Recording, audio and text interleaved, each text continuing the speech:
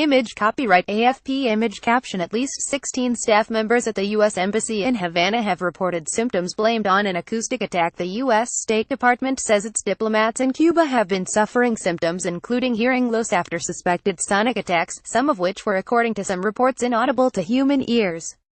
The use of sound as a weapon is not new, but what about unheard sound attacks? What damage can sound do? If you've ever heeded the warning to wear earplugs to a loud concert, you have been taking care of the hair cells in your inner ear that pick up noise and send it to the brain. You've been trying to avoid hearing loss or tinnitus, ringing in the ears. But sound can have effects that go beyond hearing.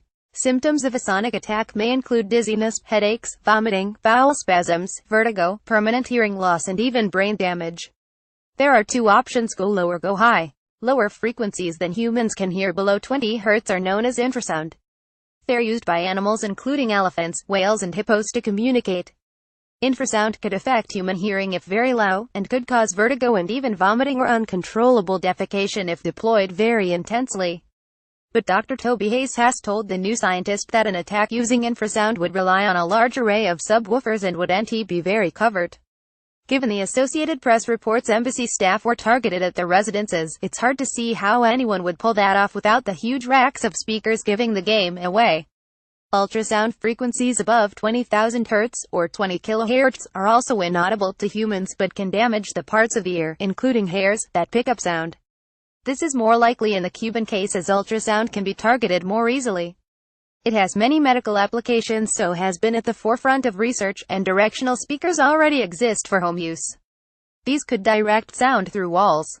But any equipment would need to be reasonably large to fit a battery that could power it strongly enough, and an ultrasound attack would place other people in the vicinity, including, potentially, the person carrying out the attack, at risk. Steve Goodman, author of the book Sonic Warfare, told BBC Radio 4 that it was not clear whether inaudible sound waves could give someone the hearing loss the State Department described. "The information given is so vague it's hard to say," he said. "Who has this kind of technology? Again, it's not clear.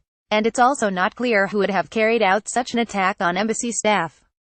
Cuba has denied involvement, and security analysts say it may have been done by a third country, hostile to the U.S. Elizabeth Quintana, a senior research fellow at the UK-based military think tank the Royal United Services Institute (RUSI), specializes in emerging technologies in the defense world. The U.S. have been surprised at the extent to which others have caught up with them in all sorts of technologies, she told the BBC. "It's probably not so much a surprise that the technology exists, more that others are aware of it and using it." Has sound been used as a weapon before? Yes. Sound cannon are used in crowd control by police forces around the world, were fitted to a ship to deter Somali pirates, and were made available for London police during the 2012 Olympics, although not used. Some versions are capable of producing deafening sound levels of 150 decibels at 1 meter. They can deafen people within a 15 meters range, and some can be heard miles away. Not quite a subtle, covert operation supposed to have happened in Havana.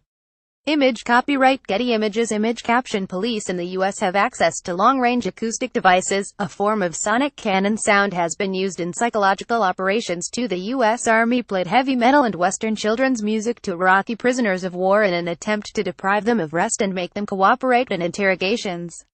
And some shop owners in the UK use so-called mosquitoes, devices that emit high-pitched sounds 1518 kHz and cannot be heard by people who have turned 25, to try to discourage teenagers from standing around near the entrance to their shops. But in all of these examples, the person being targeted could hear the sound, a key difference from the incidents said to have happened in Havana.